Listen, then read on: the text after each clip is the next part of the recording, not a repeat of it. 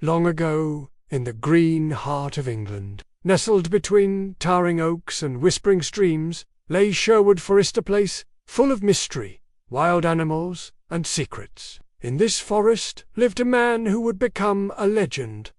Robin Hood. He was no ordinary man. Once a noble, Robin lost everything when the wicked Prince John seized power.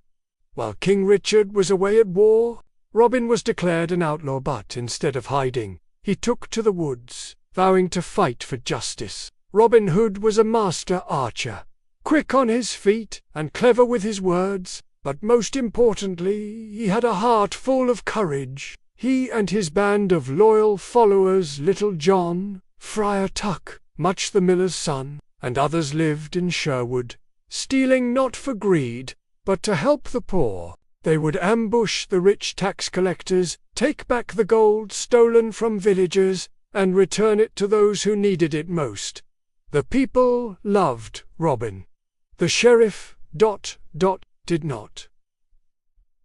The Sheriff of Nottingham was a cruel man who collected heavy taxes and punished anyone who couldn't pay. He hunted Robin day and night, offering gold to anyone who would betray him. But Robin was too clever. He used disguises, secret trails, and tricks to stay one step ahead. Sometimes he would walk right into the sheriff's castle in costume, eat, drink, and leave with the sheriff's gold. The people whispered his name in every town. One day, the sheriff devised a plan. He announced a grand archery contest with a golden arrow as the prize, hoping to lure Robin out of hiding. Robin loved a challenge. Disguised as a bearded farmer, he entered the contest. All eyes watched as he pulled back his bow and fired bull. Then again another bullseye, splitting the first arrow in two. The crowd roared, but when the sheriff stepped forward to arrest him,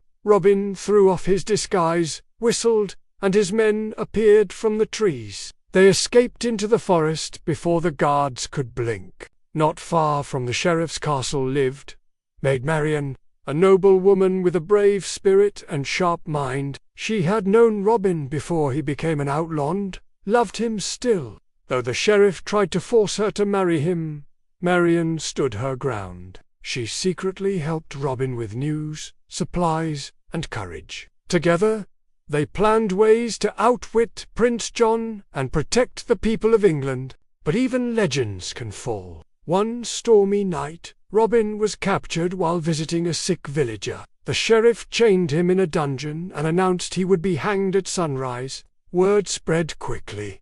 The people of Nottingham held their breath. But in the deep of night, Marian and Robin's band of outlaws broke into the castle. Dressed as monks and cooks, they overpowered the guards, unlocked the chains, and rescued Robin just before dawn. The sheriff screamed in rage as they vanished into the mist. Months passed, and England grew darker under Prince John's rule. But one day, a banner flew on the horizon. King Richard had returned. The true king rode into Nottingham with his golden crown and kind eyes. He heard of Robin Hood, of the stolen taxes, and the people's love for the outlaw. Robin came forward, knelt before the king, and told him everything. King Richard smiled. The king pardoned Robin and his men, stripped the sheriff of his power, and ordered that the people's lands and gold be restored. Peace returned to the kingdom. Robin was no longer an outlaw.